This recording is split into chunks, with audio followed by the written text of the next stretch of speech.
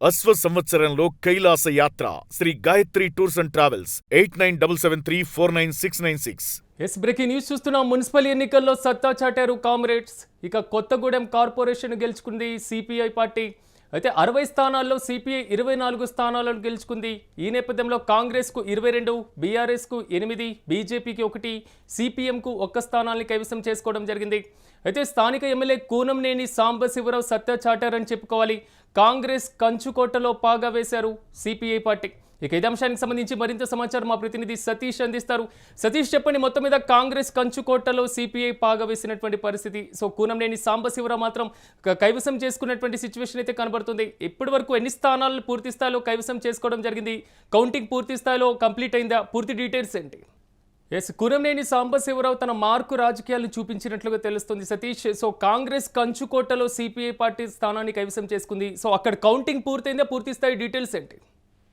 ముఖ్యంగా తెలంగాణ మున్సిపల్ ఎన్నికల ఫలితాల్లో భాగంగా కొత్తగూడెం మున్సిపల్ కార్పొరేషన్ ముఖ్యంగా సిపిఐ సంబంధించినటువంటి కూనంనేని ఈ మధ్యకాలంలో నిన్న మొన్న చేసినటువంటి కామెంట్స్ ఒక్కసారిగా రాష్ట్ర వ్యాప్తంగా కూడా వైరల్ అయినాయి. దాంట్లో ఈ కార్పొరేషన్ కూడా కైవసం చేసుకోవడం ఒకంత చర్చనీయాంశంగా మారింది. ఆయన మార్పు రాజకీయం అనేది కరెక్ట్ గా కనబడతా ఉంది. ఏదైతే ఈ మొత్తం ఈ కొత్తగూడెం మున్సిపల్ కార్పొరేషన్ కి సంబంధించి 60 డివిజన్లలో దాదాపు 26 స్థానాలను మొత్తం కూడా సిపిఐ కైవసం చేసుకుంది. ఇప్పటికే ముఖ్యంగా సిపిఐ 25 స్థానాలు, అలాగే కాంగ్రెస్ 15 స్థానాలు, బీఆర్ఎస్ 5 స్థానాలు, బీజేపీ 1 స్థానం, సిపిఎం 1 స్థానం, ఇండిపెండెంట్ లో ఇంకొక 5-6 ఉన్నట్టుగా తెలుస్తా ఉంది. మొత్తానికి మ్యాజిక్ ఫిగర్ అయితే దాటిన పరిస్థితి కనబడతా ఉంది. ముఖ్యంగా ఈ మున్సిపల్ కి సంబంధించి కూడా పెద్ద ఎత్తున ఈ కొత్తగూడెంకి సంబంధించి కూడా ఏదైతే కాంగ్రెస్ తో గతంలో పొత్తు పెట్టుకొని పోయినటువంటి సిపిఎం పార్టీ ఇప్పుడు ప్రస్తుతం సిపిఐ పార్టీ ఇప్పుడు ప్రస్తుతం ఇండిపెండెంట్ గా పోటీ చేయడం, ఆయన మార్కు రాజకీయం కూనంనేని మార్కు రాజకీయం కూడా ప్రస్తుతం కనబడుతుందని చెప్పుకోవచ్చు.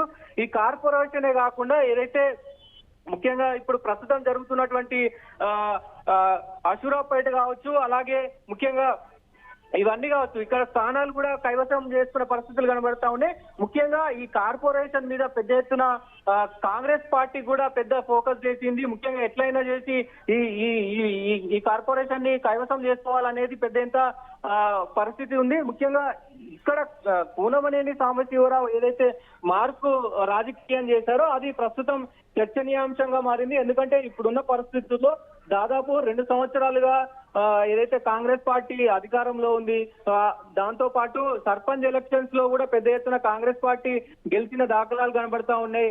ఇప్పటికే మరి గెలుస్తుందా గెలియలేదా అంటే సింగిల్ గా కాంగ్రెస్ పార్టీ అధికారంలో ఉన్నప్పుడు సిపిఐ నిజంగా మరి పోటీ చేస్తే ఇన్ని సీట్లు వస్తాయా, మనకు గెలిచే అవకాశం ఉంటుందా అనేది కూడా ఒకంతా చర్చనీయాంశంగా ఉండిన అవకాశం అయితే ఉండే. ప్రస్తుతం ఏదైతే కూనంనేని చేసినటువంటి కామెంట్స్ కావచ్చు, కూనంనేని రాజకీయం కావచ్చు, ఇదంతా కూడా ప్రస్తుతం ఆయన ఈ మొత్తం కూడా ఆయన ఎలక్షన్ ఎంత ప్రెస్టేజ్ గా తీసుకొని గెలిపించిన దాఖలాలు ఉన్నాయో ఇవన్నీ కూడా ఒకవైపు చర్చనీయాంశంగా మారింది. ముఖ్యంగా సిరాజ్, ఇంకొక విషయం, ఇప్పుడు ఏదైతే ఈ సీట్లు 25కు సంబంధించిన సీట్లు ఏవైతే ఉన్నాయో అవి అటు దాంతో పాటు అటు కాంగ్రెస్ కూడా కొంత ఎడ్జ్ లో ఉన్నారు కాబట్టి మరి రేవంత్ రెడ్డి కూనంనేనికి ఫోన్ చేసి కూడా మరి మనం కలిసి పనిచేద్దాం అనే స్థితిలో కూడా ఉన్నట్లు తెలుస్తా ఉంది. తాజా పరిణామం ప్రకారం ఇప్పటికే ప్రియాంక గాంధీతో ఆయన మీట్ అయ్యారు. దాదాపు 90% మేము మున్సిపాలిటీలు గెలిచాము, ఇంకొక 4-5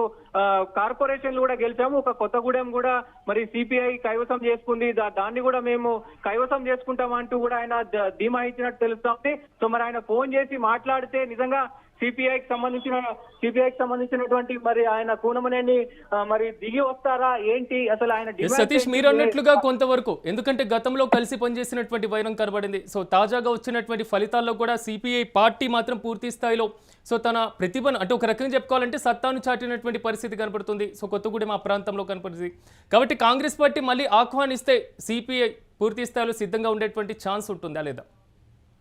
డెఫినెట్ గా అదే చూడాలి. ఎందుకంటే మొన్న చేసినటువంటి కామెంట్స్, నేను పిల్లిని కాదు నేను పులిని, సో నా పనితనం ఏంటో నా రాజకీయం ఏంటో నేను చూపిస్తాను, నన్ను అరెస్టులు చేస్తే అరెస్ట్ చేసుకోండి, నాకు అరెస్టులు కొత్త కాదు, ఇవన్నీ కూడా కొంచెం సెన్సేషనల్ కామెంట్ చేశారు. నాకు కాంగ్రెస్ పార్టీ నేను ఈ 2 సంవత్సరాలు గెలిచిన తర్వాత దాదాపు 2 సంవత్సరాల ఎమ్మెల్యేగా పనిచేస్తా ఉన్నాను ప్రజెంట్. సో ఎక్కడ కూడా మిగతా ఎమ్మెల్యేలకు ఇచ్చినంత ప్రాధాన్యత నాకు ఇవ్వట్లేరు కాబట్టి నేను ఇప్పుడు ప్రస్తుతం ఈ కొత్తగూడెం సంబంధించి నేను ఇండిపెండెంట్ గానే మేము పోటీ చేస్తామంటూ కూడా ఆయన అంచెలను ప్రకటన చేశారు. దాని తర్వాత ఏదైతే ఆయన కొన్ని కీలక వ్యాఖ్యలు కూడా చేసిన పరిస్థితి ఉంది.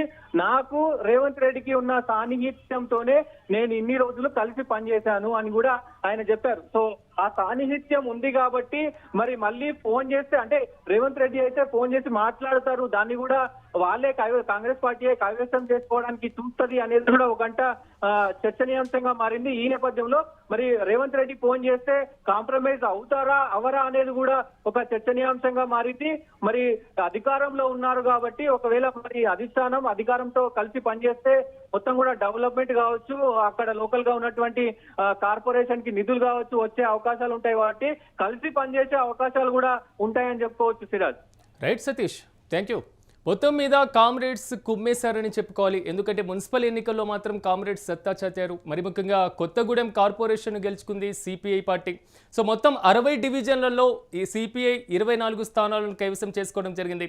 ఇక Congress party 22, BRS party 8, BJP 1, CPM 1 స్థానాన్ని కైవసం చేసుకోవడం జరిగింది. సో స్థానిక ఎమ్మెల్యే కూనంనేని సాంబశివరావు చాకచక్యంగా పావులు కదిపినట్లుగా తెలుస్తుంది. సో కాంగ్రెస్ పార్టీ నుంచి బయటికి రావడం, సో కాంగ్రెస్ పార్టీతో పొత్తు పెట్టుకోకపోవడం ఈ ఎన్నికల్లో సో తమకంటూ ఒక కాంగ్రెస్ కోటలో పాగా వేసినటువంటి పరిస్థితులు కూడా తాజా ఫలితాలు మరోసారి ఊటంకిస్తున్నటువంటి పరిస్థితులు అయితే కనబడుతున్నాయి. సో కాంగ్రెస్ పార్టీకి మళ్ళీ కూనంనేని దగ్గరవుతారా సిపిఐ, అదేవిధంగా కాంగ్రెస్కి మళ్ళీ కలిసి పనిచేస్తుందా, సో కాంగ్రెస్ పార్టీది ఆహ్వానిస్తుందా లేదా, సో ముఖ్యమంత్రి మధ్యలో ఏ విధంగా ఉంది, కూనంనేని ఎలాగ పావులు గతిపెట్టేటువంటి అవకాశాలు కనబడుతున్నాయి అనేటువంటి అంశం మాత్రం భవిష్యత్తులో మరింత స్పష్టత వచ్చేటువంటి అవకాశాలు చాలా స్పష్టంగా ఉన్నాయి.